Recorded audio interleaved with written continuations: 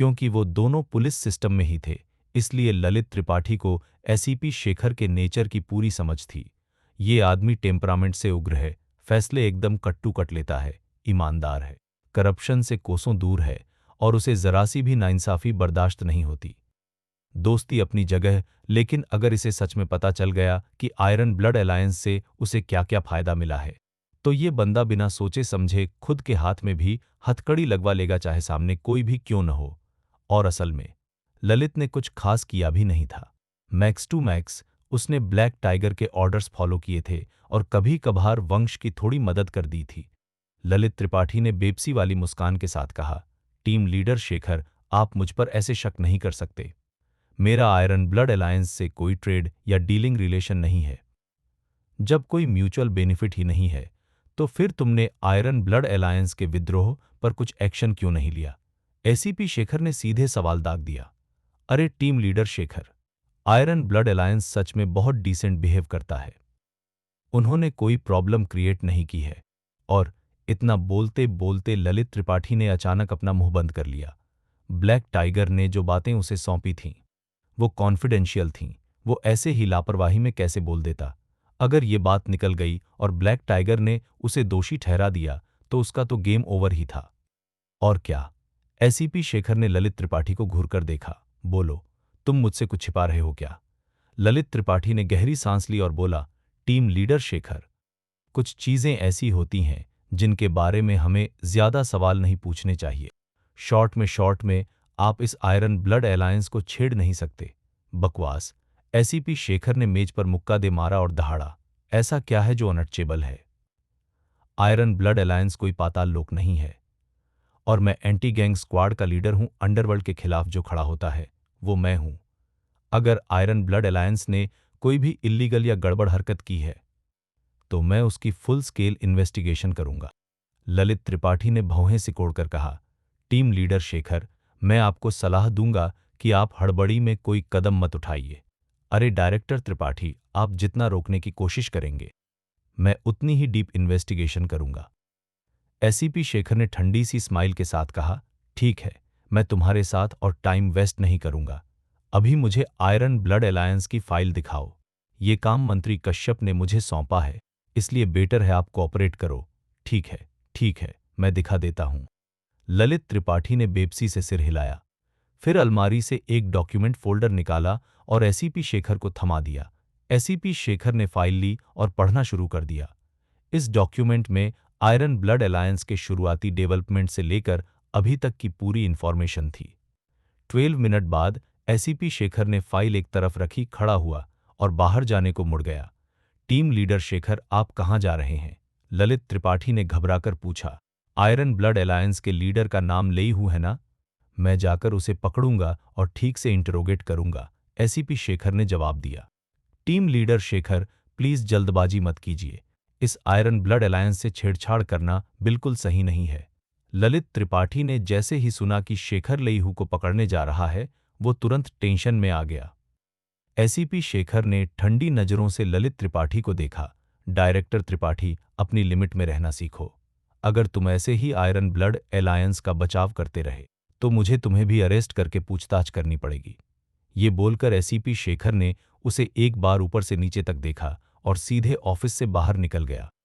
ललित त्रिपाठी ने मुंह खोला लेकिन फिर कुछ नहीं बोला और बस शेखर को जाने दिया। आखिरकार एसीपी शेखर तो मंत्री कश्यप के ऑर्डर पर आया था, ललित ज्यादा दखल नहीं दे सकता था। ऑफिस से निकलते ही एसीपी शेखर सीधे पुलिस स्टेशन के बाहर पहुंचा। टीम लीडर, गेट पर तैनात एंटीगैंग स्क्वाड के मेंबर्स ने उसे सैल्यूट किया। एसीपी शेखर ने सिर हिलाया, फिर हाथ से इशारा किया, चलो नाइट पैराडाइज की तरफ। टीम लीडर शेखर, हम नाइट पैराडाइज क्यों जा रहे हैं? एक सांवले चेहरे वाले बंदे ने पूछा। क्योंकि हमें आयरन ब्लड अलायंस के बॉस को पकड़ना है। ओके, पक्का। इसके बाद ACP Shekhar anti gang squad के कई मेंबर्स के साथ 2 काली जीपों में बैठकर पुलिस स्टेशन से निकला और सीधे नाइट पैराडाइज की तरफ चल दिया। लगभग 20 मिनट ड्राइव के बाद वो नाइट पैराडाइज के एंट्रेंस पर पहुंच गए। फिर एसीपी शेखर और उसकी टीम जीप से उतरी और अंदर की ओर बढ़ी। आप लोग कौन? आयरन ब्लड अलायंस के एक गुर्गे ने एंट्रेंस पर ही एसीपी शेखर और उसके ग्रुप को रोक लिया। तुम जानते भी हो हम कौन हैं। हमारी राह रोकने की हिम्मत कैसे की? एंटी गैंग स्क्वाड के एक मेंबर ने ठंडे लहजे में कहा। अरे तुम खुद को क्या समझते हो? पता है तुम कहाँ खड़े हो? ये आयरन ब्लड अलायंस का हेडक्वार्टर है। ये ऐसी जगह नहीं है जहां तुम आकर मनमानी कर सको। गुर्गा घमंड से बोला। आयरन ब्लड अलायंस आखिर है क्या? मैं तो उन दोनों की बहस बढ़ती देख एसीपी शेखर ने तुरंत टोक दिया। शौर्य, बात को और मत बिगाड़ो। जी टीम लीडर। शौर्य ने सिर हिलाया और चुप हो गया। फिर एसीपी शेखर ने सामने वाले गुर्गे को बिल्कुल एक्सप्रेशनलेस देखकर पूछा, तुम्हारा बॉस लेईहू यहीं है? मैं यहां हूं। क्या बात है? गुर्गे ने जवाब दिया, अपने बॉस को कॉल करो और बता दो कि कोई उसे ढूंढ रहा है। एसीपी शेखर ने कहा। गुर्गे ने शेखर और बाकी लोगों को देखा, फिर बोला, ठीक है, तुम लोग यहीं रुको, मैं बॉस को बुलाकर लाता हूं। ये बोलकर वो दौड़कर क्लब के अंदर चला गया। ज्यादा देर नहीं हुई। कुछ ही देर में लेईहू, अक्षत, आकाश और बाकी लोग क्लब हाउस से बाहर आ गए। तुम लोग कौन हो और मुझसे क्या चाहते हो? लेईहू ने एसीपी शेखर और उसकी टीम को देखते हुए पूछा। एसीपी शेखर ने फाइल निकाली, फोटो से चेहरा मैच किया और बोला, तुम ही लेईहू हो? हाँ, मैं लेईहू। बोलो, क्या बात है? लेईहू ने शांत सा पूछा। लेईहू, हमारे साथ चलो। एसीपी शेखर ने फाइल बंद करते हुए कहा। ओ तुम कौन हो? मैं तुम्हारे साथ क्यों चलूं? लेईहू का टोन ठंडा हो गया। मैं एसीपी शेखर हूं, एंटी गैंग स्क्वाड का लीडर। एसीपी शेखर ने अपनी आईडी निकालकर दिखा दी। Anti gang squad? ये सुनते ही लेईहू और अक्षत दोनों की नजरें शेखर के हाथ में मौजूद डॉक्यूमेंट्स पर टिक गईं। फौरन सबके चेहरे बदल गए। एंटी गैंग स्क्वाड ही अंडरवर्ल्ड संगठनों का असली दुश्मन होता है। गैंग कोई भी हो, कोई भी स्क्वाड को उकसाने की हिम्मत नहीं करता। हे, तो आप हैं एंटी गैंग यूनिट के चीफ शेखर? लेईहू हल्का मुस्कुराया। टीम लीडर शेखर, आप मुझे कहाँ ले जा रहे हैं और आप यहाँ किस लिए आए हैं? लेईहू, तुम्हारे आयरन ब्लड अलायंस पर कानून नियम तोड़ने का शक है, इसलिए तुम्हें मेरे साथ जाकर इन्वेस्टिगेशन ज्वाइन करनी होगी। एसीपी शेखर ने जवाब दिया। कानून नियम तोड़ना? लेईहू एक सेकंड को चौंका, फिर बोला, टीम लीडर शेखर, आपसे जरूर कोई गलतफहमी हुई है। हमारा आयरन ब्लड अलायंस हमेशा कानून फॉलो करता आया है। हम कानून कैसे तोड़ेंगे? किसने कानून तोड़ा है या नहीं, ये डिसाइड करना तुम्हारा काम नहीं है। एसीपी शेखर ने ठंडे लहजे में कहा, फिर हाथ हिलाया। इसे ले जाओ। ऑर्डर। एंटी गैंग स्क्वाड के कई मेंबर हाथ में हथकड़ी लिए धमकी भरे अंदाज में आगे बढ़े लेईहू को पकड़ने के लिए। धत्त, मैं देखता हूं बॉस लेई से पंगा लेने की हिम्मत किसमें है। अगर तुमने बॉस लेई को अरेस्ट करने की हिम्मत की तो तुम यहां से जिंदा नहीं निकलोगे। बॉस लेई, हम इन लोगों को आपको ले जाने नहीं देंगे। उसी पल क्लब के गुंडे स्टील पाइप और माचेटी लेकर बाहर आ गए और एसीपी शेखर के लोगों को घेर लिया। एंटी गैंग स्क्वाड के मेंबर्स ने भी एग्रेसिव स्टांस ले लिया, कुछ ने तो बंदूकें भी निकाल लीं। एकदम से माहौल टेंशन और खतरे से भर गया। इतने लोगों से घिरने के बावजूद एसीपी शेखर के चेहरे पर डर नाम की चीज नहीं थी। वो ठंडी हंसी के साथ बोला, बॉस लेई, मेरी सलाह मानो, चुपचाप मेरे साथ चलो, वरना तुम्हें इसके नतीजे भुगतने पड़ेंगे। ये सुनकर लेईहू का चेहरा और ठंडा पड़ गया। वो लड़ाई शुरू करने का इशारा करने ही वाला था कि अक्षत ने उसकी तरफ हल्का सा सिर हिला दिया। लेईहू ने मुट्ठी भींच ली, वो अक्षत का मतलब समझ गया था। अगर वो सच में एंटी गैंग स्क्वाड से भिड़ गए तो आयरन ब्लड अलायंस पर सरकार का करारा वार पड़ना तय था। उसने गहरी सांस ली, हाथ उठाया और बोला, भाइयों, सब पीछे हटो, सब लोग हट जाओ। ये लोग लेईहू के प्रति बेहद वफादार थे, इसलिए उसके बोलने के बाद भी कई लोग जाने को तैयार नहीं थे। बॉस लेई, आप इनके साथ नहीं जा सकते। आप गए तो बड़ी मुसीबत हो जाएगी। बिल्कुल, आप इनके साथ बिल्कुल नहीं जा सकते। बॉस लेई, बस ऑर्डर दे दीजिए, हम जान की बाजी लगाकर लड़ेंगे। सारे लोग चिल्लाने लगे। कौन सी लड़ाई? क्या मेरी बात किसी ने सुनी नहीं? लेईहू ने सबको घूरकर चिल्लाया, सब लोग अपने अपने काम पर जाओ। टेंशन मत लो, मैं इनके साथ जाऊंगा तो मुझे कुछ नहीं होगा। फिर लेईहू ने एसीपी शेखर से कहा, टीम लीडर शेखर, मैं आपके साथ चलूंगा। गुड। एसीपी शेखर ने सिर हिलाया और फिर हाथ से इशारा किया। तुरंत एंटी गैंग स्क्वाड का एक मेंबर आगे बढ़ा और लेईहू के हाथों में हथकड़ी लगा दी। लेईहू के लोग उसके ऑर्डर के बिना कोई गलत कदम उठाने की हिम्मत नहीं कर रहे थे। वो बस मजबूर होकर साइड में हट गए और देखते रहे। एसीपी शेखर और उसकी टीम लेईहू को गाड़ी में बिठाकर नाइट पैराडाइज से निकल गई। लेईहू के जाते ही आकाश ने चिंता में अक्षत की तरफ देखा और बोला, रणनीतिज्ञ: भाई लेई को एंटी गैंग स्क्वाड उठाकर ले गई, अब हम क्या करें? हाँ रणनीतिज्ञ: अब क्या करेंगे? बॉस लेई को बिना किसी क्लैरिफिकेशन के ऐसे ही नहीं ले जा सकते। बाकी सब भी बेचैनी से अक्षत को घूर रहे थे। लड़ाई झगड़े में तो ये सब एक्सपर्ट थे, लेकिन दिमाग लगाने वाली बातों में कमजोर, इसलिए उन्हें सिर्फ अक्षत से ही उम्मीद थी। प्लीज पैनिक मत करो, मुझे सोचने दो, अक्षत ने कहा। अक्षत ने थोड़ी देर दिमाग लगाया, फिर बोला, हालात देख के तो साफ है ये एंटी गैंग स्क्वाड हमें टारगेट कर रही है। आकाश ने सुझाव दिया, क्यों न हम डायरेक्टर त्रिपाठी को कॉल करके उनसे हेल्प मांगे? डायरेक्टर त्रिपाठी के पास जाना बेकार है। अक्षत ने सिर हिलाया, एंटी गैंग स्क्वाड सिर्फ दिल्ली एंटी गैंग ब्यूरो के जुरिस्डिक्शन में आती है। लोकल पुलिस स्टेशन बस कॉपरेट कर सकता है, उसके पास इंटरफेयर करने का कोई राइट नहीं है। धत्त, जब कोई रास्ता नहीं मिल रहा तो चलो 1000 भाइयों को लेकर बॉस लेई को छुड़ाने चलते हैं। गुंडों में से एक चिल्लाया। बाकी कई लोग भी जोश में बोल पड़े कि वो बंदे इकट्ठा करके लेई हु को छुड़ाने चलेंगे। अक्षत ने बेबसी से सांस छोड़ी, भाइयों शांत हो जाओ, ऐसे कुछ नहीं होगा। भले ही हमारे आयरन ब्लड अलायंस में लोग बहुत हैं, लेकिन अगर हम सच में एंटी गैंग स्क्वाड के खिलाफ गए तो हमारा विनाश दूर नहीं होगा। ये भी नहीं, वो भी नहीं रणनीतिज्ञ, तो फिर करें क्या? आकाश सच में परेशान था। लेईहू उसके सबसे करीब था, और अब लेईहू अरेस्ट हो गया और वो कुछ नहीं कर पाया, उसका दिल बैठा जा रहा था। अक्षत ने गहरी सांस ली और बोला, अब हम सिर्फ भाई वंश से मदद मांग सकते हैं। भाई वंश के कॉन्टेक्ट्स बहुत तगड़े हैं, नेटवर्क बहुत बड़ा है, वो बॉस लेई को निकालने का रास्ता जरूर निकाल लेंगे।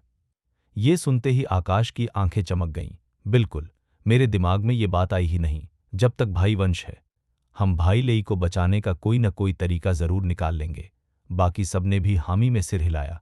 वंश पर सबको पूरा भरोसा था, उनके लिए वंश एक आइडल था। ठीक है, मैं अभी वंश को कॉल करता हूं। अक्षत ने फोन निकाला और वंश को कॉल कर दिया। इधर वंश पीआर डिपार्टमेंट की लड़कियों के साथ बैठा हंसी मजाक कर रहा था। बीच बीच में वो डर्टी जोक्स सुना रहा था और लड़कियां इतनी हंस रही थीं कि कांपने लगीं। पूरा सीन देखने लायक था। लेडीज, मैं एक और जोक सुनाता हूं। वंश ने एक लड़की के दिए कप से पानी का घूंट लिया, गला साफ किया और बोला, एक बार की बात है, एक साधु की मुलाकात एक साध्वी से हुई। लेकिन वंश ने अभी वाक्य शुरू ही किया था कि उसका फोन बज उठा। उसने फोन उठाकर देखा, अक्षत की कॉल थी। वंश ने लड़कियों से कहा, एक मिनट रुको, ये कॉल लेना जरूरी है। वो साइड में गया और कॉल पिक की। हेलो अक्षत, बोल क्या काम है? भाई वंश, बॉस लेई मुसीबत में है, लेईहू के साथ कुछ हुआ। वंश सच में चौंक गया। क्या हुआ? लेईहू को क्या हुआ? भाई वंश, अभी अभी एंटी गैंग स्क्वाड हमारे हेडक्वार्टर पर आई और बॉस लेई को अरेस्ट करके ले गई। अक्षत ने जल्दी से बताया। Anti gang task force? वंश का चेहरा बदल गया। वो हमें क्यों ढूंढ रहे थे और लेईहू को उठा क्यों ले गए? भाई वंश, मुझे भी पूरा नहीं पता। उस वक्त स्क्वाड बहुत स्ट्रिक्ट थी, उन्होंने ज्यादा कुछ बोला नहीं, सीधा बॉस लेई को ले गए। अक्षत ने कहा, ओके समझ गया। अक्षत, मैं अभी आता हूं, मिलकर बात करेंगे। इतना कहकर वंश ने फोन काट दिया। फिर वंश ने पीआर डिपार्टमेंट की लड़कियों को हल्का सा नमस्कार किया, ऑफिस से निकला, अंडरग्राउंड पार्किंग में गया और सीधे नाइट पैराडाइज की तरफ निकल पड़ा। पूरे रास्ते वंश का दिमाग गड़बड़ था, समझ नहीं आ रहा था ये बूढ़ा ब्लैक टाइगर आखिर कर क्या रहा है। जब इसी ने कहा था कि आयरन ब्लड अलायंस से मुंबई का अंडरवर्ल्ड यूनाइट करवा, तो फिर मेरे पीछे लोगों को लगाकर मुझे परेशान क्यों कर रहा है? ये बस बोर हो गया है या इसके पीछे कोई और गेम चल रहा है? वंश ने सिर हिलाया। उसने तय किया कि पहले अक्षत से पूरा पता करेगा कि असल में चल क्या रहा है, फिर आगे की प्लानिंग करेगा। 20 मिनट बाद वो नाइट पैराडाइज पहुंच गया। एंट्रेंस पर अक्षत, आकाश और बाकी लोग पहले से ही बेचैन खड़े थे। वंश, भाई वंश, आप आखिर आ ही गए। वंश को देखते ही सब दौड़कर पास आ गए। वंश ने सिर हिलाया, चलो अंदर वहीं बैठकर बात करते हैं। क्लब के अंदर जाकर सब एक प्राइवेट रूम में बैठ गए। वंश ने सिगरेट जलाई, अक्षत को देखा और पूछा, अक्षत, पूरा बताओ हुआ क्या था? भाई वंश, बात ऐसी है। अक्षत ने जो कुछ थोड़ी देर पहले हुआ था सब डिटेल में वंश को बता दिया। सब सुनने के बाद वंश की भौहें तन गईं। अक्षत ने गंभीर आवाज में कहा, भाई वंश, अब हमें क्या करना चाहिए? बॉस लेई को एंटी गैंग स्क्वाड उठा ले गई है, अब उसका बाहर निकलना आसान नहीं होगा। आखिर आयरन ब्लड अलायंस ने पहले कुछ सस्पिशस काम किए भी हैं। अगर स्क्वाड ने सच में डीप जांच कर ली तो कुछ भी बुरा निकल सकता है। वंश ने सिगरेट का लंबा कश लिया और बोला, मैं अभी डायरेक्टर त्रिपाठी को कॉल करके पूछता हूं कि एंटी गैंग स्क्वाड लेईहू को कहां ले गई। अक्षत ने कहा, भाई वंश, इस मामले में डायरेक्टर त्रिपाठी से मदद मांगना शायद बेकार होगा, है ना? मैं मदद मांग नहीं रहा, वंश ने कहा, मैं बस पूछ रहा हूं। ये बोलते हुए वंश ने ललित त्रिपाठी को कॉल लगा दी। कुछ ही रिंग में कॉल उठ गई। मिस्टर वंश, मुझे पता था आप कॉल करेंगे, लेकिन मुझे सॉरी कहना पड़ेगा, आज मैं इस मामले में आपकी मदद नहीं कर सकता। ललित त्रिपाठी की आवाज आई। डायरेक्टर त्रिपाठी, मैं मदद मांगने नहीं आया, मैं सिर्फ ये पूछना चाहता हूं कि एंटी गैंग स्क्वाड लेईहू को कहां ले गई है। वंश ने कहा, मिस्टर वंश, लेईहू को वो लोग यहीं ले आए हैं। इस वक्त वो इंट्रोगेशन रूम में है, उससे पूछताछ चल रही है, ललित त्रिपाठी ने बताया। ठीक है, समझ गया, मैं अभी आता हूं। मिस्टर वंश, आप क्या करना चाहते हैं और क्या मैं अपने भाई को लेने आ रहा हूं? मिस्टर वंश, प्लीज जल्दबाजी मत कीजिए। मंत्री कश्यप के ऑर्डर पर उनकी anti gang team iron blood alliance की जांच करने आई है। अगर आप आकर उसे ले गए तो मुझे डर है मंत्री कश्यप आपको आसानी से नहीं छोड़ेंगे। मेरी सलाह है मिस्टर वंश, आप ब्लैक टाइगर से कांटेक्ट करके पहले पता करिए कि आखिर चल क्या रहा है, ललित त्रिपाठी ने जल्दी जल्दी कहा। मंत्री कश्यप, वंश ने व्यंग्य में कहा। तो ये दिल्ली के पब्लिक सेफ्टी के डिप्टी मिनिस्टर मंत्री कश्यप की बात हो रही है? हाँ, वही। हे, टेंशन मत लो डायरेक्टर त्रिपाठी, मैं मंत्री कश्यप को कोई खास सीरियसली नहीं लेता। ये कहकर वंश ने कॉल काट दी। भाई वंश, डायरेक्टर त्रिपाठी ने क्या कहा? अक्षत ने फौरन पूछा। उसने बताया, लेईहू को पुलिस स्टेशन लाकर इंट्रोगेट कर रहे हैं। मैं अभी उसे निकालने जा रहा हूं, वंश ने सिगरेट बुझाते हुए कहा।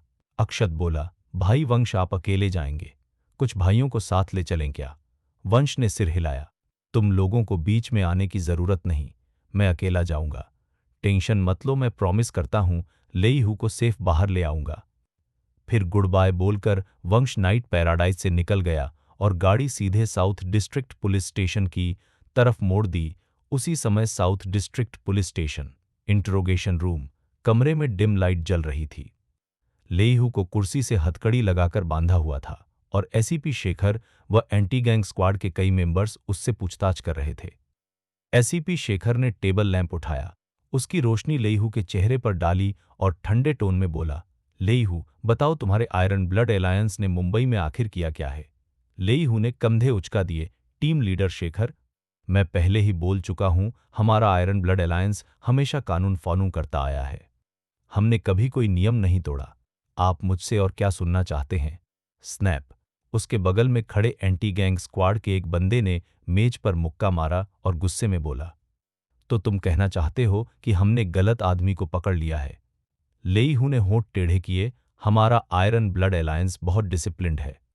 हमने कभी ड्रग्स, जुआ या वेश्यावृत्ति को हाथ नहीं लगाया, लेकिन आपने बिना कुछ पूछे मुझे उठा लिया। मैं आपसे पूछता हूं, इसका मतलब क्या है? सिर्फ इसलिए कि आप एंटी गैंग यूनिट में हैं, इसका मतलब यह है कि आपको मनमर्जी से लोगों पर इल्जाम लगाने का हक मिल जाता है। ये सुनकर वो बंदा भड़क गया और दहाड़ा, लेईहू, अपना रवैया ठीक करो। लेईहू ने तंज कसकर कहा, सर, मेरा रवैया अच्छा नहीं है। मैंने कोई झगड़ा नहीं किया, उल्टा आप ही मुझ पर चिल्ला रहे हैं, चीख रहे हैं। ये सुनकर उस बंदे का चेहरा गुस्से से लाल हो गया, लेकिन रंग इतना डार्क था कि वो सूअर के जिगर जैसा दिखने लगा। वो लेईहू की तरफ उंगली करके गुस्से में बोला, लगता है जब तक मैं तुम्हें सबक नहीं सिखाऊंगा तुम कोऑपरेट नहीं करोगे, है ना? बोलते हुए उसने उंगलियां चटकाई और लेईहू को सबक सिखाने के लिए आगे बढ़ने लगा। चेतन, बैठ जाओ, जल्दबाजी मत करो, एसीपी शेखर ने ठंडे स्वर में कहा। टीम लीडर, लेकिन ये आदमी तो बिल्कुल कोऑपरेट नहीं कर रहा। हम ऐसे इसके साथ टाइम वेस्ट नहीं कर सकते, है ना? चेतन चिढ़कर बोला। एसीपी शेखर ने उसे जवाब नहीं दिया। वो लेईहू की तरफ मुड़ा और बोला, लेईहू, बेटर है सच बोल दो, वरना एक बार जब हमें तुम्हारे आयरन ब्लड अलायंस की गंदी हरकतों के सबूत मिल गए तो बाद में कबूल करने से भी कोई फायदा नहीं होगा। टीम लीडर शेखर, अगर आप जांच करना चाहते हैं करिए, मुझे कुछ नहीं कहना, लेईहू ने सीधा जवाब दिया। लगता है ताबूत देखने तक तुम्हारी अक्ल नहीं खुलेगी। एसीपी शेखर की आंखें ठंडी पड़ गईं। फिर उसने चेतन की तरफ देखा और पूछा, चेतन, हमारे आदमी जांच के लिए निकल चुके हैं। टीम लीडर, हमारे लोग आयरन ब्लड अलायंस के सबसे बड़े ठिकानों पर चेक करने गए हैं, लेकिन अभी तक कोई अपडेट नहीं आया। चेतन ने जवाब दिया, अभी तक खबर नहीं है तो थोड़ा और वेट करते हैं। एसीपी शेखर ने सिर हिलाया, फिर सिगरेट जलाई, लेईहू को देखते हुए बोला, लेईहू, मैंने सुना है तुम्हारे आयरन ब्लड अलायंस में वंश नाम का बंदा तुम्हारा सपोर्टर है ना? तो लेईहू ने सिर हिलाया। एसीपी शेखर ने ठंडी सी स्माइल दी, कुछ नहीं। बस बता दूं, मंत्री कश्यप के ऑर्डर पर हमारी एंटी गैंग टीम तुम्हारे आयरन ब्लड अलायंस की डीप जांच करने आई है। जिस वंश की बात कर रहे हो, वो चाहे जितना पावरफुल हो, वो तुम्हें नहीं बचा पाएगा। और तुम्हारी पूरी जांच पड़ताल के बाद मैं जाकर उसी वंश को भी अरेस्ट करूंगा और उससे भी पूछताछ करूंगा। इन धमकियों से मुझे डराने की कोशिश मत करो, लेईहू ने हंसकर कहा।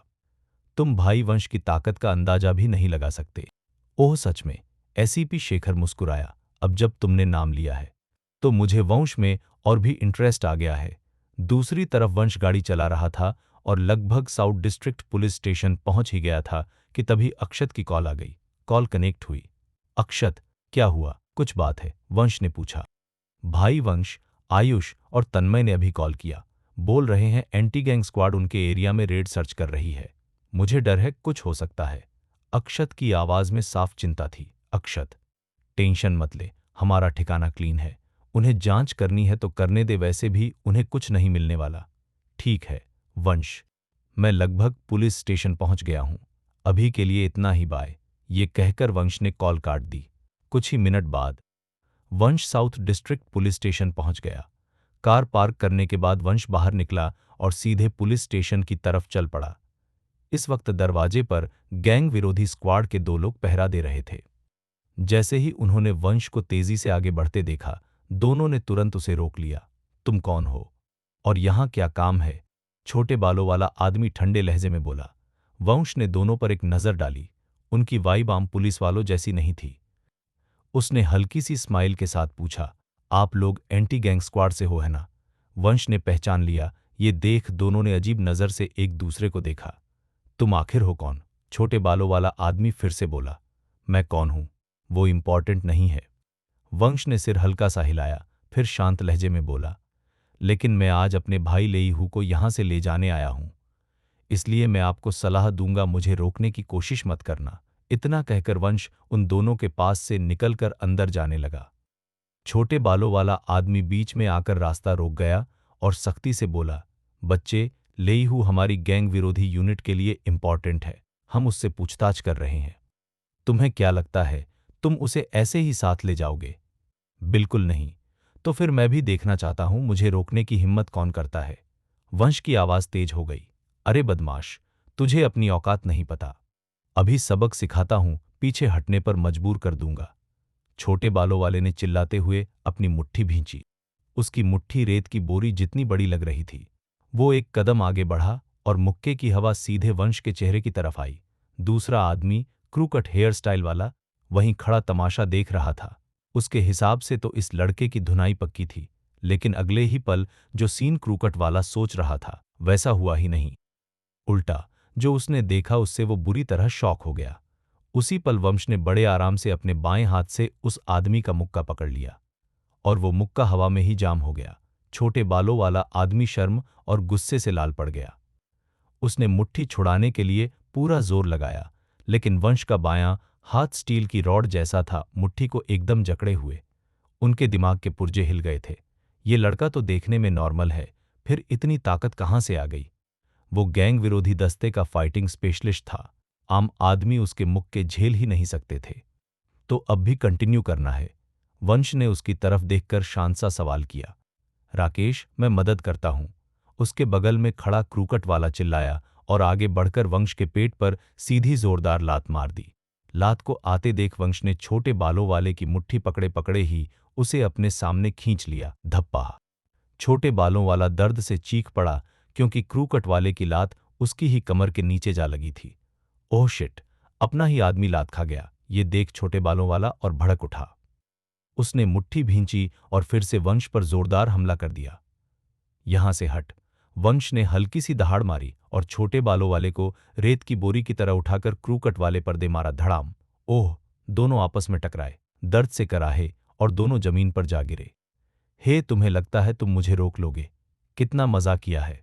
वंश ने हाथ झाड़े और सीधे पुलिस स्टेशन के अंदर चला गया। जैसे ही वंश अंदर घुसा, उसने ललित त्रिपाठी को अपनी तरफ आते देखा। मिस्टर वंश, आप आ गए। हाँ। डायरेक्टर त्रिपाठी, लेईहू कहाँ है? जल्दी मुझे वहां ले चलिए। वंश ने सीधे मुद्दे पर बात की। ललित त्रिपाठी ने बेबसी वाली मुस्कान के साथ कहा, मिस्टर वंश, अभी लेईहू से गैंग विरोधी दस्ता इंटेरोगेशन रूम में पूछताछ कर रहा है। शायद उसे अभी ले जाना संभव नहीं होगा। वंश का चेहरा गुस्से से तमतमा गया। वो बोला, मुझे फर्क नहीं पड़ता संभव या नहीं। आज मैं लेईहू को यहां से लेके जा रहा हूं। श्री वंश, एंटी गैंग स्क्वाड मंत्री कश्यप के ऑर्डर पर आयरन ब्लड अलायंस की गहरी जांच करने आया है। आप ऐसे लापरवाही से काम नहीं कर सकते। ललित त्रिपाठी ने तंज वाली स्माइल के साथ कहा। गैंग विरोधी टास्क फोर्स में क्या दम है? मंत्री कश्यप में क्या दम है? मैं अपने आदमी को ले जा रहा हूं, मुझे कौन रोकेगा? वंश ने ठंडी सी स्माइल दी। ललित त्रिपाठी से बात खत्म की और सीधे इंटेरोगेशन रूम की तरफ बढ़ गया। मिस्टर वंश, प्लीज जल्दबाजी में कोई कदम मत उठाइए। ललित त्रिपाठी कई बार चिल्लाया और फिर जल्दी जल्दी उसके पीछे चल पड़ा, क्योंकि वंश पहले भी यहां आ चुका था। उसे रास्ता अच्छे से पता था। कुछ ही देर में वंश इंटेरोगेशन रूम के दरवाजे तक पहुंच गया। फिर बिना नॉक किए वंश ने लात मारकर दरवाजा तोड़कर खोल दिया। जोरदार धमाका हुआ। लोहे का दरवाजा लात से खुल गया और ताकत इतनी थी कि ताला भी टूट गया। दरवाजा खुलते ही अंदर मौजूद एसीपी शेखर, चिराग और लेईहू तीनों ने एक साथ दरवाजे की तरफ देखा। वंश को देखते ही लेईहू खुशी से चिल्ला उठा। लेईहू, तू ठीक है? वंश ने मुस्कुराकर पूछा। भाई वंश, मैं ठीक हूं। मुझे पता था आप मुझे निकालने आओगे। लेईहू मुस्कुरा दिया। वंश ने सिर हिलाया और अंदर आ गया। वंश के अंदर आते ही एसीपी शेखर और चिराग अपनी हैरानी से बाहर आए। तुम कौन हो? इंटेरोगेशन रूम में घुसने की हिम्मत कैसे की? चिराग खड़ा हो गया और वंश को घूरने लगा। वंश ने उसे जवाब नहीं दिया। वो सीधे लेईहू के पास गया और कुछ झटकों में ही उसके हाथों की हथकड़ी तोड़ दी। ये देखकर एसीपी शेखर और चिराग दोनों सन्न रह गए। ये हथकड़ियां अलॉय की थीं और इसने पलक झपकते ही फाड़ दी। ये तो सीधा रौद्र पावर है। लेईहू, चलते हैं। वंश ने बस इतना कहा और लेईहू के साथ निकलने लगा। लेकिन अभी दोनों ने एक कदम ही बढ़ाया था कि एसीपी शेखर और चिराग ने रास्ता रोक लिया। अगर मैं गलत नहीं हूं तो तुम वंश हो, है ना? एसीपी शेखर का चेहरा ठंडा था। उसकी आंखें तलवार की धार जैसी तेज वंश पर टिकी थीं। हाँ, मैं वंश हूं। और आप कौन? वंश ने उसकी आंखों में आंखें डालकर पूछा। मैं एसीपी शेखर हूं, गैंग विरोधी टास्क फोर्स का लीडर। एसीपी शेखर ने ठंडी आवाज में जवाब दिया। तो? वंश ने बेपरवाही से कहा। श्री वंश, आपका अचानक इंटेरोगेशन रूम में घुसना और लेईहू को ले जाना, क्या ये हमारी यूनिट की खुली बेइज्जती नहीं है? वंश के रवैये से एसीपी शेखर चिढ़ गया था, इसलिए उसने अपनी आवाज कुछ डेसिबल और ऊंची कर दी। एसीपी शेखर के हिसाब से वंश आयरन ब्लड अलायंस का बस पर्दे के पीछे वाला बॉस था। आखिर में वो एक गैंग का सरगना ही तो था। किस गैंग के सरगना में इतनी हिम्मत होती है कि पुलिस स्टेशन में घुसकर सबके सामने से किसी को उठा ले जाए? हद कर दी इसने। वंश मुस्कुराया और पलटकर बोला, मुझे तुम्हारी परवाह क्यों करनी चाहिए? तुम समझ रहे हो ना तुम किससे बात कर रहे हो? हम गैंगस्टर विरोधी यूनिट हैं। तुम्हारी हिम्मत कैसे हुई हमारे सामने इतना घमंड दिखाने की? मौत को दावत दे रहे हो? चिराग बगल से गुस्से में फट पड़ा। रोल। वंश ने चिराग की तरफ बस एक नजर डाली और फिर दहाड़ा। क्या तुम सच में चाहते हो कि मैं हट जाऊं? धिक्कार है। अगर मैंने तुझे सबक नहीं सिखाया ना तो तुझे डर का मतलब ही नहीं पता चलेगा। चिराग दहाड़ा, मुट्ठी घुमाई और सीधे वंश पर वार कर दिया। उसका मुक्का इतना तेज और पावरफुल था कि पलक झपकते ही वंश के चेहरे के पास पहुंच गया, लेकिन वंश ने उसकी तरफ देखा तक नहीं। उसने बस पैर उठाया और चिराग के पेट में सीधी लात दे मारी। धप। ओह! चिराग दर्द से चीख पड़ा। वो उड़ता हुआ दीवार से जा टकराया। खांसी खांसी खांसी। वो पेट पकड़कर जमीन पर गिर पड़ा और जोर जोर से खांसने लगा। वंश, तुम्हारी हिम्मत कैसे हुई? एसीपी शेखर ने देखा कि चिराग को वंश ने लात मारकर उड़ा दिया। उसकी आंखों में शौक की झलक आई, लेकिन उससे ज्यादा वो गुस्से से भर गया। वो पहाड़ से उतरते बाघ की तरह वंश की तरफ दौड़ा, फिर उछलकर एक घूमती हुई लात मारी। उसकी एड़ी लोहे के हथौड़े जैसी वंश के कंधे पर जा रही थी। भूष। वंश ने बस हल्का सा झुककर उस लात से तुरंत खुद को बचा लिया। पैरों की मूवमेंट इतनी तेज थी कि हवा का झोंका उठ गया। लात मिस होते ही एसीपी शेखर ने लगातार कई और किक मारी। हर किक में ऐसा दम था मानो वो एक विशाल कुल्हाड़ी चला रहा हो और बस लगातार वंश पर टूटे जा रहा था।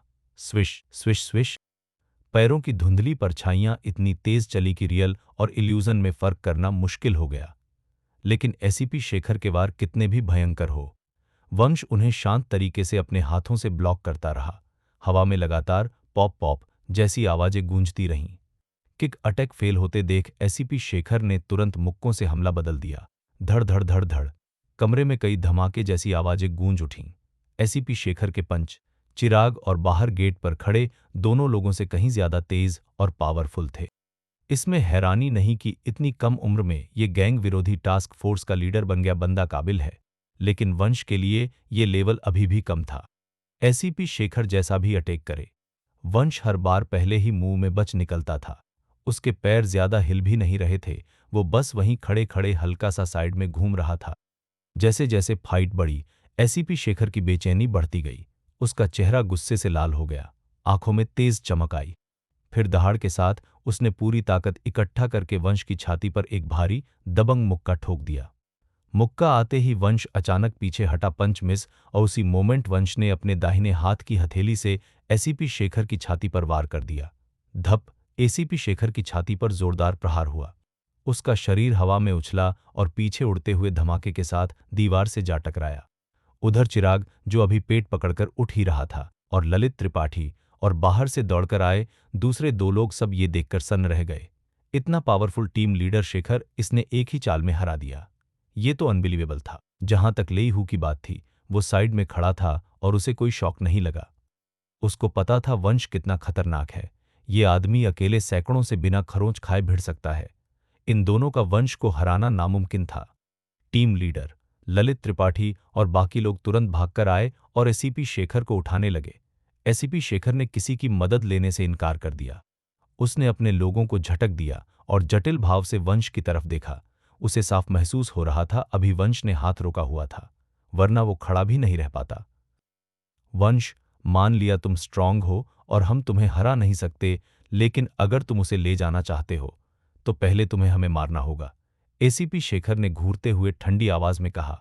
श्री वंश, टीम लीडर शेखर, ये सब क्या चल रहा है? ललित त्रिपाठी सच में बेबस था। उसे समझ नहीं आ रहा था ये सिचुएशन कैसे हैंडल करे। वंश ने एसीपी शेखर को थोड़ी हैरानी से देखा और बोला, टीम लीडर शेखर, मैं एक मर्द के तौर पर आपका रिस्पेक्ट करता हूं और आपको चोट नहीं पहुंचाना चाहता, लेकिन आप आयरन ब्लड अलायंस के पीछे इतने जिद्दी क्यों पड़े हो? वंश, ऐसा नहीं है कि मेरी तुमसे या आयरन ब्लड अलायंस से कोई पर्सनल दुश्मनी है। बात बस इतनी है, हमें मंत्री कश्यप से आयरन ब्लड अलायंस की जांच का ऑर्डर मिला है। हमारे पास ऊपर वालों के ऑर्डर फॉलो करने के अलावा ऑप्शन नहीं, एसीपी शेखर बोला। ठीक है, फिर मैं आपके मंत्री कश्यप को कॉल करके पूछ लेता हूं कि उनका असली मतलब क्या है, वंश ने कहा। गैंग विरोधी टीम के बाकी लोग वंश को ऐसे देखने लगे जैसे वो पागल हो। उनके मन में बस यही चल रहा था, ये लड़का सच में मंत्री कश्यप से बात करना चाहता है। ये मजाक कर रहा है क्या? मंत्री कश्यप शायद इसे भाव भी न दे। वंश ने उनकी घूरती निगाह इग्नोर की, ललित त्रिपाठी की तरफ देखा और पूछा, डायरेक्टर त्रिपाठी, आपके पास मंत्री कश्यप का नंबर है? मेरे पास उनका पर्सनल नंबर नहीं है, लेकिन लोक सुरक्षा मंत्रालय के सेक्रेटेरिएट का नंबर है, ललित त्रिपाठी ने कहा। ठीक है, तो सेक्रेटेरिएट का नंबर दे दीजिए। जी, ललित त्रिपाठी ने सिर हिलाया और नंबर दे दिया। फिर वंश ने सबके सामने अपना फोन निकाला और नंबर डायल कर दिया। उसी पल कॉल कनेक्ट हो गई और वंश ने स्पीकर ऑन कर दिया। ये भारत का लोक सुरक्षा मंत्रालय है, आप किसे ढूंढ रहे हैं? दूसरी तरह एक महिला की आवाज आई, सेक्रेटेरिएट से। वंश ने सीधे कहा, मैं आपके डिप्टी मिनिस्टर कश्यप से बात करना चाहता हूं, उन्हें बस बता दीजिए, वंश ने कहा है। कॉल उठाए। वंश, ये सुनकर सेक्रेटरी एक सेकंड को रुकी, फिर बोली, ठीक है मिस्टर वंश, प्लीज एक पल होल्ड कीजिए। लो उसी वक्त दिल्ली में लोक सुरक्षा मंत्रालय के सेक्रेटेरिएट में एक महिला सेक्रेटरी, जो यूनिफॉर्म में एकदम टिड़ी लग रही थी, ऑफिस के दरवाजे तक पहुंची, नॉक किया और सम्मान से बोली, मंत्री कश्यप, कोई आपसे बात करना चाहता है। दरवाजा खुला। मीडियम हाइट, मजबूत बॉडी, छोटे बाल और कनपटी पर सफेद बालों वाला एक अधेड़ आदमी दरवाजे पर आया। वही था कश्यप।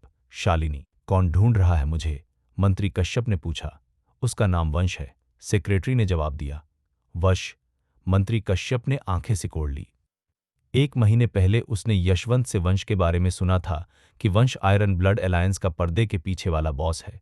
उसने वंश की जांच भी करवाई थी, लेकिन उसकी बैकग्राउंड में कुछ खास निकला नहीं था, बस फाइटिंग में थोड़ा बेहतर था। इसलिए उसने वंश को सीरियसली नहीं लिया था। अब वंश का कॉल आना उसे थोड़ा अजीब लगा। वो सुनना चाहता था कि ये गैंग वाला उससे क्या बोलना चाहता है।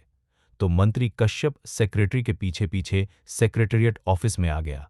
उधर सेक्रेटरी को वंश नाम कुछ जाना पहचाना लग रहा था, जैसे कुछ दिन पहले किसी वंश ने अपनी जानकारी अपडेट करवाई हो। वो कंप्यूटर के पास गई और सिस्टम में सर्च करने लगी। उसी दौरान मंत्री कश्यप ने फोन उठाया और शांत आवाज में पूछा, आयरन ब्लड अलायंस के पीछे का मास्टरमाइंड आप ही हैं? वंश, हाँ मैं वंश हूं, वंश ने जवाब दिया। क्या हुआ? आप मुझे कॉल क्यों कर रहे हैं? मंत्री कश्यप ने अनजान बनने का नाटक किया। मंत्री कश्यप, आपको नहीं पता मैं क्यों कॉल कर रहा हूं? वंश ने आंखें सिकोड़कर कहा।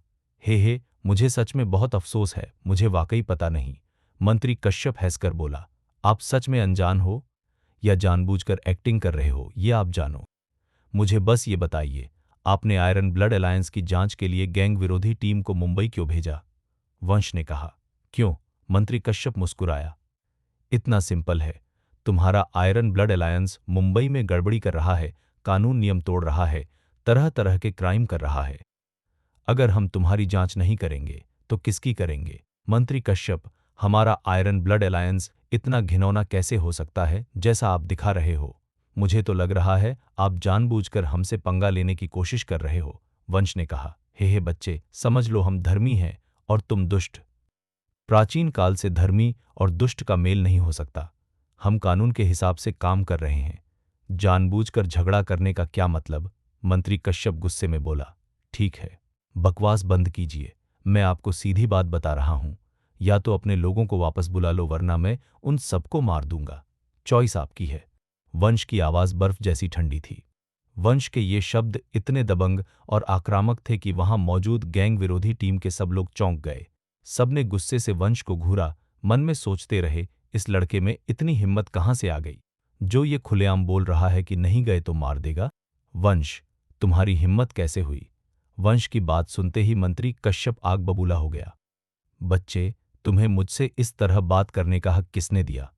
तुम बस एक गैंग के सरगना हो और मैं लोक सुरक्षा का डिप्टी मिनिस्टर हूं। तुम्हारी हिम्मत कैसे हुई मुझसे ऐसे बात करने की? तुम्हें डर नहीं लगता कि मैं तुम्हें गिरफ्तार करवाकर मौके पर ही गोली चलवा दूं? गिरफ्तार और गोली? वंश ने व्यंग्य वाली स्माइल दी। ठीक है, हिम्मत है तो ट्राई कर लो। मुझे किस बात का डर? क्या तुम्हें लगता है मैं तुम्हारे जैसे गुंडे को मुझे धमकाने दूंगा? मैं तो बस, मंत्री कश्यप बोल ही रहा था कि तभी महिला सेक्रेटरी कांपते हुए उसके पास आई और बोली। मंत्री कश्यप, मैंने अभी अभी मिस्टर वंश की जानकारी चेक की है। ये वंश नाम के सज्जन ऐसा लग रहा है। क्या हुआ?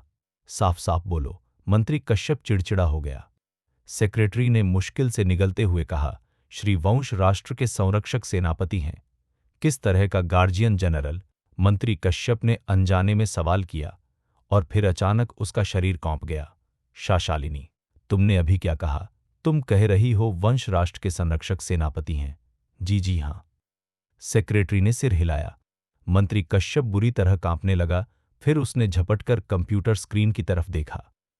जैसे ही उसने स्क्रीन पर वंश की लेटेस्ट प्रोफाइल देखी, उसका चेहरा एकदम पीला पड़ गया। वो भौहें चढ़ाकर सोचने लगा, क्या ये वही ड्रैगन जनरल है जिसका जिक्र कुछ दिन पहले नंबर वर ब्लैक टाइगर ने किया था? और वो वंश ही है। फिर भी उसे समझ नहीं आ रहा था कि एक गैंग का सरगना राष्ट्र का संरक्षक कैसे बन सकता है। लेकिन अगर इस बच्चे को ये पहचान मिली है, तो इसका मतलब इसने देश के लिए कुछ बड़ा असाधारण किया होगा। हाँ, यही होगा, वरना नंबर 1 इसे इतना ऊंचा मानद पद क्यों देता? फिर भी मंत्री कश्यप पूरी तरह श्योर नहीं था। उसने कांपती आवाज में फोन पर बहुत सम्मान से पूछा, मिस्टर वंश, आप सच में राष्ट्र के संरक्षक सेनापति हैं? राष्ट्र का संरक्षक सेनापति? वंश एक पल रुका, फिर लापरवाही से बोला, हाँ शायद। कुछ दिन पहले मुंबई मिलिट्री एरिया के कमांडर माथुर ने मुझे एक पट्टिका और कुछ सर्टिफिकेट्स वगैरह दिए थे। कमांडर माथुर ने यह भी कहा था कि नंबर 1 ने मुझे गार्जियन ड्रैगन जनरल का मानद मिलिट्री रैंक दिया है। आह! ये सुनते ही मंत्री कश्यप के मुंह से चीख निकल गई। फिर वो तुरंत बेहद अदब से बोला, आप राष्ट्र के संरक्षक सेनापति हैं, तो आपने पहले ये बताया क्यों नहीं? जनरल वंश, मुझे बहुत खेद है। अभी मैंने जो कहा वो आपके लिए बहुत अपमानजनक था। प्लीज दिल पर मत लीजिए। वंश की पहचान कन्फर्म होते ही मंत्री कश्यप का रवैया पूरा 180 डिग्री पलट गया, और वो भी हैरान कर देने वाली स्पीड से कॉल स्पीकर पर थी। इसलिए एसीपी शेखर और बाकी लोग मंत्री कश्यप की बातें साफ सुन रहे थे। जनरल वंश, ये लड़का भारत का संरक्षक सेनापति कैसे हो सकता है? एसीपी शेखर और बाकी लोग वंश को ऐसे देख रहे थे जैसे जमीन हिल गई हो। उनके दिल में उथल पुथल मच चुकी थी। उधर वंश को मंत्री कश्यप की चिकनी बातों में इंटरेस्ट नहीं था। उसने सीधे कहा, ठीक है, बहुत हो गया। अब जब आप जान गए मैं कौन हूं, तो बताइए आपने आयरन ब्लड अलायंस की जांच के लिए एंटी गैंग टीम क्यों भेजी हूं? Anti gang squad? जनरल वंश, क्या कोई गलतफहमी है? मुझे याद नहीं कि मैंने आयरन ब्लड अलायंस की जांच के लिए किसी को भेजा हो। क्या ऐसा तो नहीं कि एसीपी शेखर ने खुद ही मुंबई जाने का डिसीजन ले लिया? मंत्री कश्यप ने अनसुना करने का नाटक करते हुए कहा। ये सुनकर वंश के होठों पर तंज वाली मुस्कान आई। ये बूढ़ा आदमी शर्म नाम की चीज नहीं है। खुद को बचाने के लिए ये सारा ठीकरा एसीपी शेखर के सिर फोड़ रहा था। मंत्री कश्यप की बात सुनकर एसीपी शेखर एक पल ठहरा, फिर गुस्से में चिल्लाया, मंत्री कश्यप, क्या आपने ही मुझे आयरन ब्लड अलायंस की जांच के लिए मुंबई नहीं भेजा था? इतनी जल्दी भूल गए? फोन के दूसरी तरफ मंत्री कश्यप गरजा, एसीपी शेखर, क्या बकवास कर रहे हो? मैंने तुम्हें आयरन ब्लड अलायंस की जांच का ऑर्डर कब दिया? मंत्री कश्यप, आपने आज सुबह यही कहा था। एसीपी शेखर घबराकर बोला। फालतू बात। मंत्री कश्यप चिल्लाया, मैंने तुम्हें कब कहा? मैं साफ कर देता हूं, आज से तुम मेरे ऑर्डर के बिना कोई एक्शन नहीं लोगे। ये सुनकर एसीपी शेखर पूरी तरह अवाक रह गया। उसी पल मंत्री कश्यप की आवाज फिर आई, जनरल वंश, एसीपी शेखर द्वारा आयरन ब्लड अलायंस की जांच का ऑर्डर मैंने बिल्कुल नहीं दिया। मुझे कुछ नहीं पता। जनरल वंश, मैं निर्दोष हूं, निर्दोष। वंश हल्का सा हंसा। मंत्री कश्यप, आप खुद अपने दिल से बेहतर जानते हो आप निर्दोष हो या नहीं। वंश को और सुनने का मन नहीं था। उसने सीधे कॉल कट कर दी। अब ललित त्रिपाठी, एसीपी शेखर और गैंग विरोधी टीम के बाकी लोग सब वंश को सन्न नजरों से देख रहे थे। किसी के मुंह से शब्द नहीं निकल रहा था। उन्हें कभी उम्मीद नहीं थी कि उनके सामने खड़ा वंश सच में भारत का राष्ट्र रक्षक सेनापति होगा। ऐसा रुतबा आम लोगों को नहीं मिलता। एक तरफ खड़ा लेई हु वंश को खाली निगाहों से देख रहा था। कमाल है, वंश वाकई बहुत खतरनाक लेवल का है। राष्ट्र रक्षक गार्जियन ड्रैगन जनरल, ये तो पूरा दबंग टाइटल है।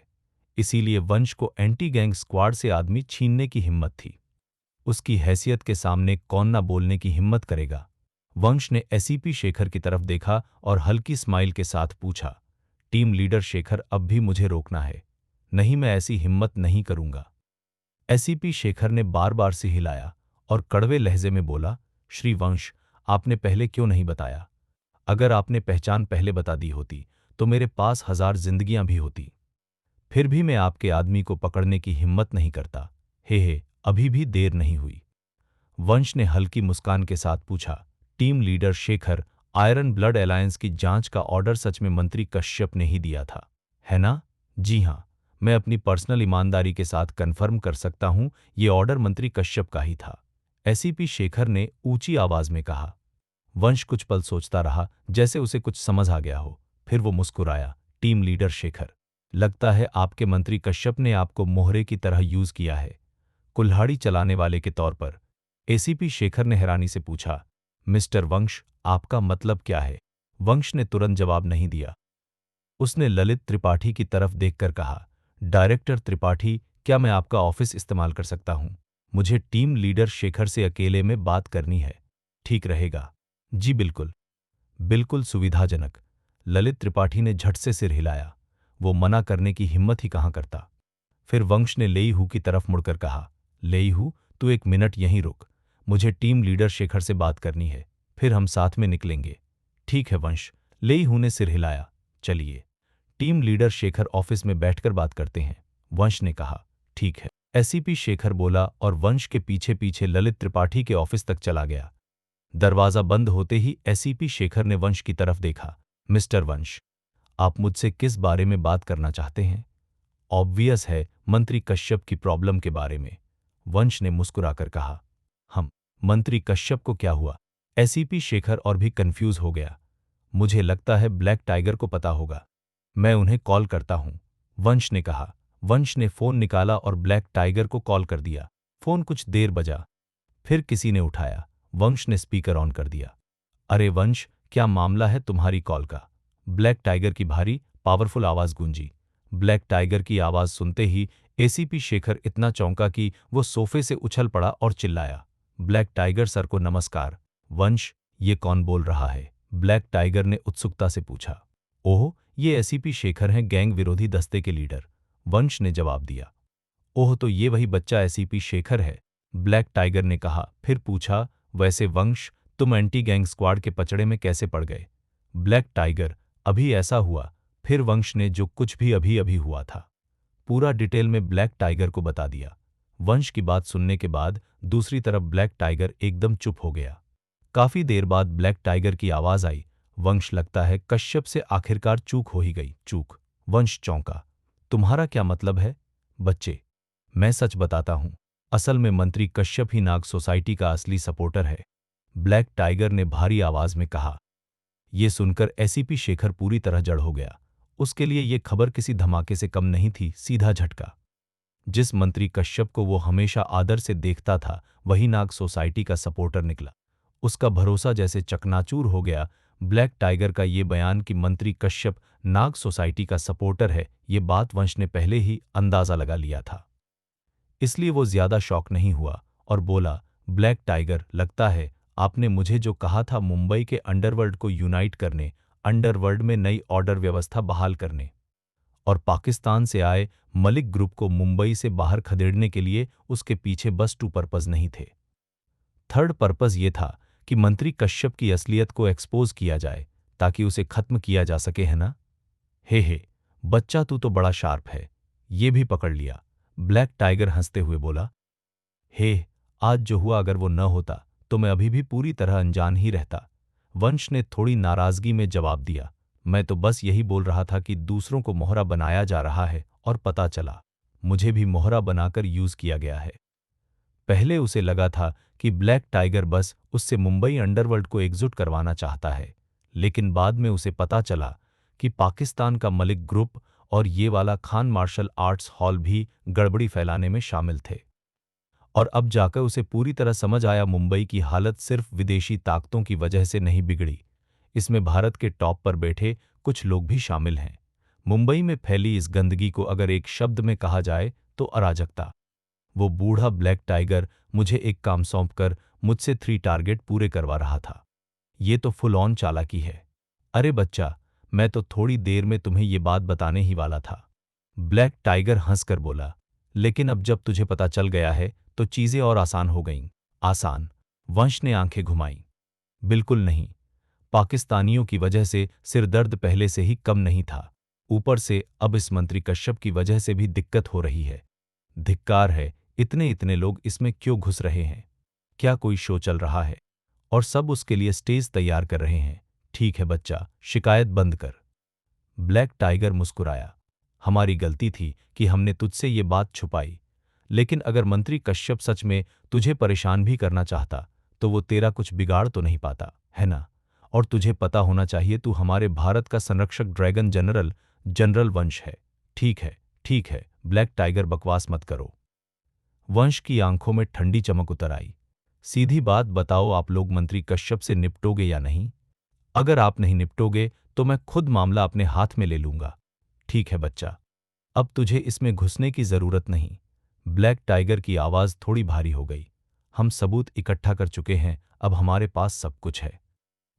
मंत्री कश्यप जैसे परजीवियों से हम अपने तरीके से निपटेंगे। फोन के दूसरी तरफ से जो अथॉरिटी निकल रही थी वो इतनी दबाव वाली थी कि सामने बैठे एसीपी शेखर ने वो आभा महसूस की और ढंग से सांस तक लेने की हिम्मत नहीं हुई। ठीक है ब्लैक टाइगर, वंश ने सिर हिलाया। चूंकि आप और नंबर 1 इस आदमी से निपटने वाले हो तो मैं ये आप पर छोड़ देता हूं। आखिरकार वंश अब भी नंबर 1 पर काफी हद तक भरोसा करता था। वर्तमान लीडर बेहद निर्णायक है, भारत के लिए बहुत सारे प्रैक्टिकल काम किए हैं और मंत्री कश्यप जैसे कई करप्ट लोगों को उन्होंने पहले भी सिस्टम से बाहर फेंका है। ठीक है बच्चा, लेकिन तू भी अपना काम फास्ट कर, ब्लैक टाइगर बोला। नाग सोसाइटी को जल्द से जल्द खत्म कर और मुंबई अंडरवर्ल्ड को यूनाइट कर, समझा? समझ गया, समझ गया, वंश ने जवाब दिया। ठीक है, अभी के लिए बस बाय। इतना कहकर वंश ने ब्लैक टाइगर के बोलने का वेट किए बिना ही कॉल काट दी। कॉल कटते ही वंश ने ऊपर देखा तो पाया एसीपी शेखर उसे ऐसे घूर रहा था जैसे अभी भी यकीन नहीं हो रहा हो। क्या हुआ टीम लीडर शेखर, आप मुझे ऐसे क्यों देख रहे हो? वंश मुस्कुराकर बोला। हे कुछ नहीं। एसीपी शेखर ने तंज वाली मुस्कान के साथ सिर हिलाया। बस सिर्फ आप ही हैं मिस्टर वंश जो ब्लैक टाइगर से इस टोन में बात करने की हिम्मत कर सकते हैं। और ब्लैक टाइगर के साथ आपकी बात सुनकर मुझे अब समझ आया कि मुझे सच में मोहरे की तरह यूज किया गया था। लकीली मिस्टर वंश आप टाइम पर आ गए, वरना मैं सच में बुराई की मदद कर देता और बहुत बड़ी गलती कर बैठता। ठीक है, टीम लीडर शेखर, खुद को ब्लेम करना बंद करो। वंश ने उसके कंधे पर हल्का थपका मारा। आपकी नीयत सही थी, आप एक नेक और ईमानदार इंसान हो। करप्शन विरोधी सिस्टम में आपका होना अच्छी बात है। मिस्टर वंश, क्या आप वाकई मुझे दोष नहीं दे रहे? एसीपी शेखर ने थोड़े खुश होकर पूछा।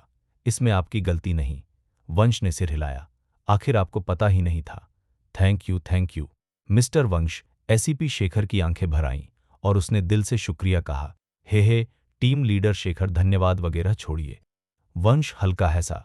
गलत फहमी से दोस्ती हो गई तो फ्यूचर में कभी साथ ड्रिंक करेंगे। बहुत बढ़िया, एसीपी शेखर ने तुरंत कहा। अगली बार जब आप कैपिटल आएंगे मैं आपको ड्रिंक पिलाऊंगा। हाँ, ठीक है, वंश ने हंसते हुए कहा। मैं ये ट्रीट याद रखूंगा। अगली बार जब मैं राजधानी आऊं, बिल पे करने से बचने की कोशिश मत करना। मैं वादा करता हूं मैं अपना कर्ज नहीं चुकाऊंगा। एसीपी शेखर भी हंस पड़ा। दोनों एक दूसरे को देखकर मुस्कुराए और फिर साथ में ऑफिस से बाहर निकल गए। उसके बाद वंश और लेईहू ने ललित त्रिपाठी, एसीपी शेखर और बाकी लोगों की इज्जतदार विदाई के साथ पुलिस स्टेशन छोड़ दिया। अड़त वापसी के रास्ते में लेईहू ने क्यूरियस होकर पूछा, भाई वंश, आपने अभी ऑफिस में टीम लीडर शेखर से किस बारे में बात की? ज्यादा कुछ नहीं, बस मंत्री कश्यप वाली प्रॉब्लम के बारे में, वंश ने कहा। भाई वंश, मंत्री कश्यप को क्या हुआ है? लेईहू ने फिर पूछा।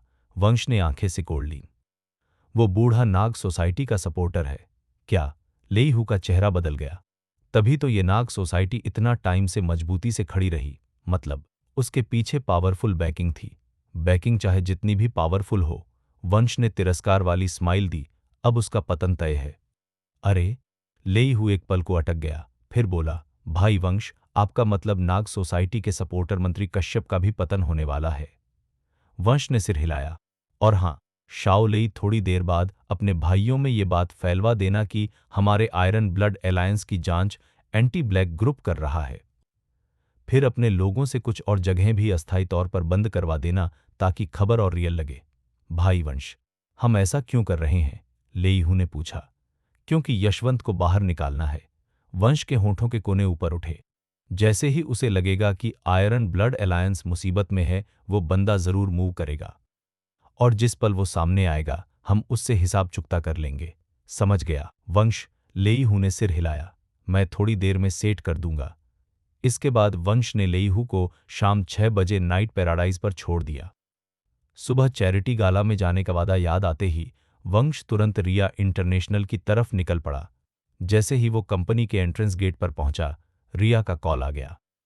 कॉल कनेक्ट होते ही रिया की हल्की गुस्से वाली आवाज आई। वंश, तुम कहाँ हो? तुम कहाँ चले गए थे? रिया, आज मेरे दोस्त को थोड़ी प्रॉब्लम हो गई थी, तो मैं उसकी मदद के लिए निकल गया था। तुम हमेशा इतने बिजी कैसे रहते हो? रिया ताने में बोली। जो लोग तुम्हें नहीं जानते वो तो समझेंगे तुम भारत के नंबर 1 हो।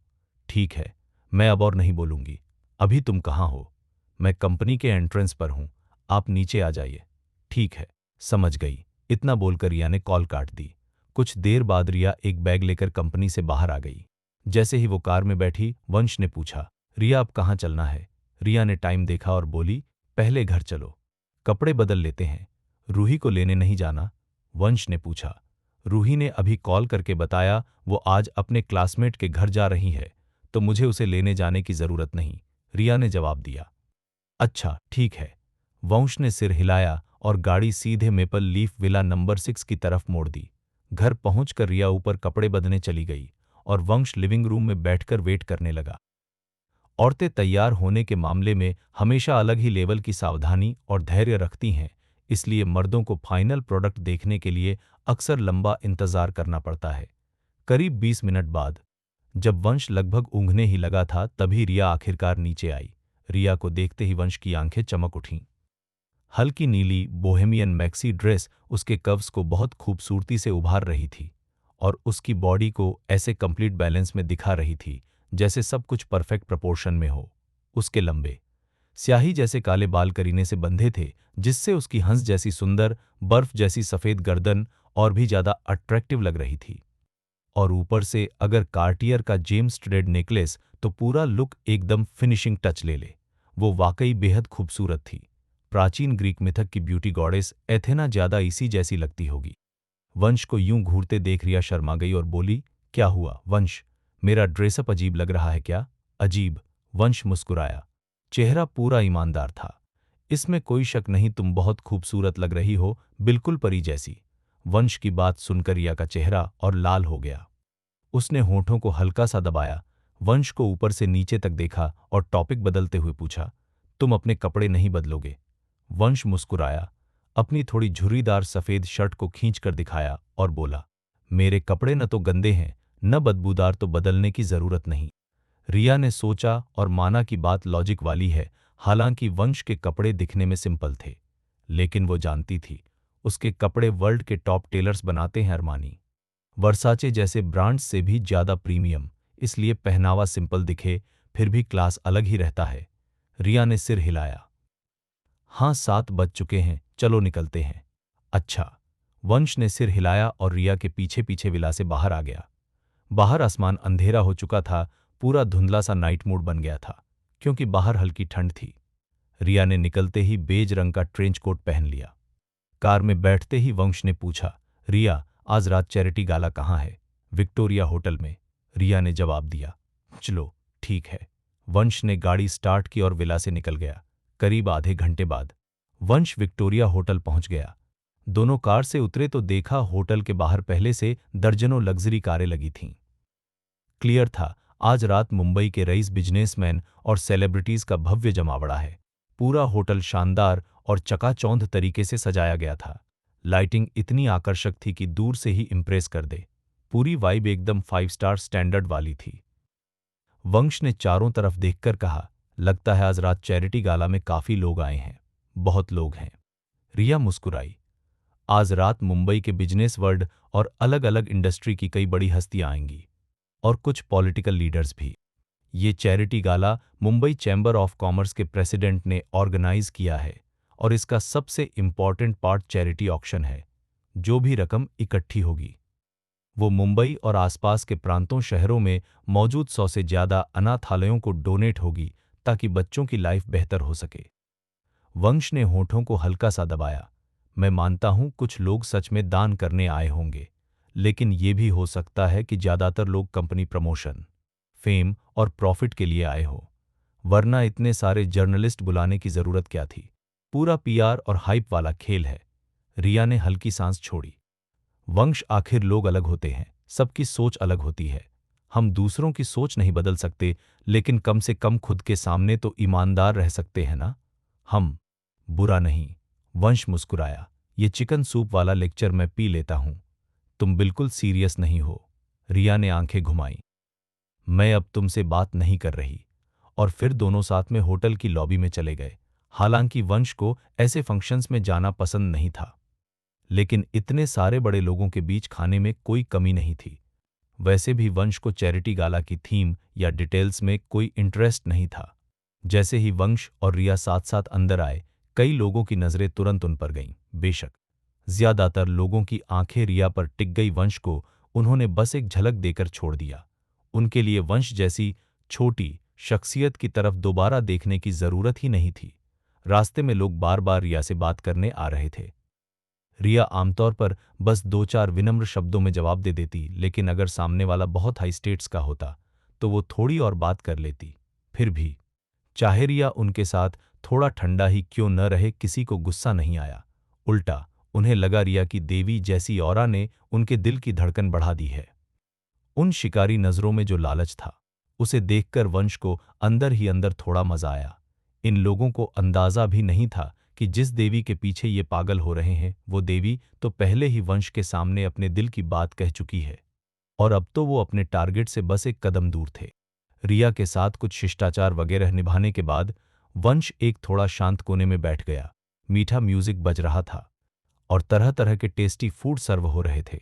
हॉल के सामने एक स्टेज जैसा प्लेटफॉर्म था, जिसे देखकर लग रहा था कि बाद में यहाँ चैरिटी ऑक्शन होगा, लेकिन वंश ने उस सब पर ध्यान नहीं दिया। उसने एक बड़ा बालों वाला केकड़ा उठाया और खाते खाते बोला, रिया, यहाँ के बालों वाले केकड़े काफी बढ़िया हैं, तुम भी ट्राई करना। रिया ने वंश के ऑयली से मुंह को देखा और उसे थोड़ा फनी लगा। तुम ही खा लो, मैं बस वेज सलाद ले लूंगी।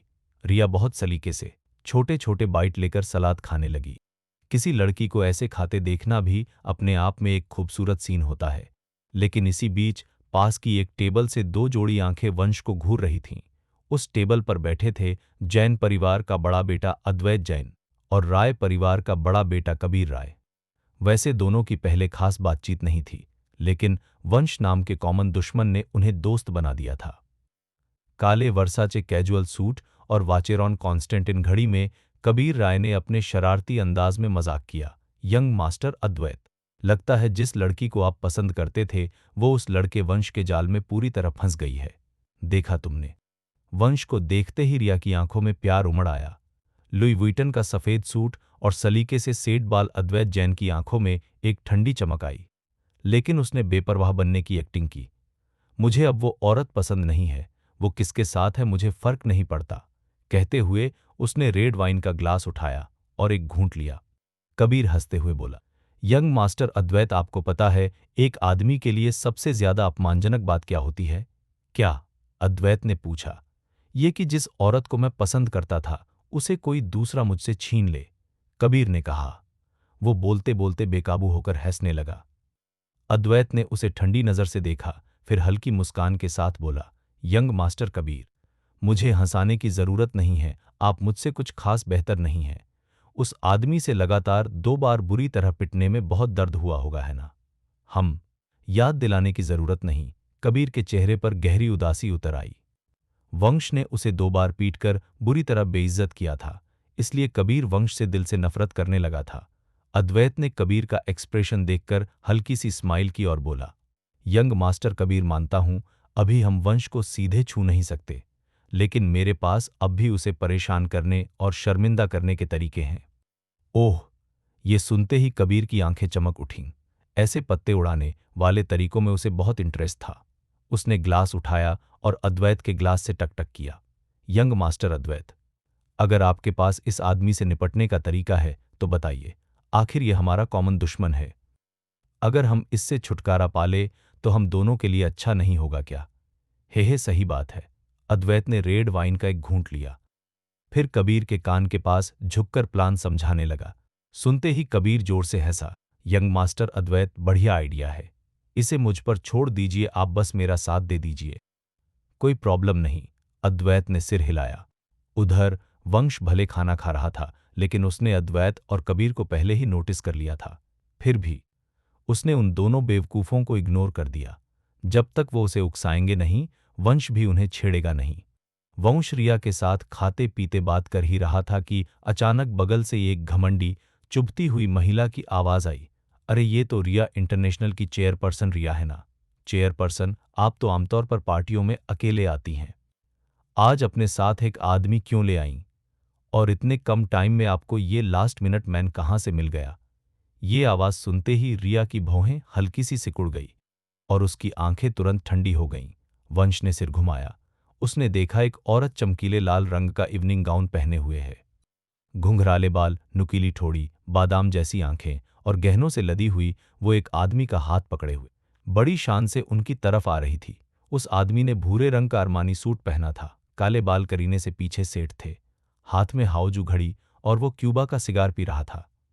वो लगभग 30 साल का लग रहा था, पर्सनैलिटी इम्पोजिंग और एटीट्यूड एकदम दबंग। और इस कपल के कपड़ों के साथ साथ उनके पास जो हीरे जेवर एक्सेसरीज थीं, उनकी टोटल कीमत कम से कम 7-8 मिलियन तक बैठती थी।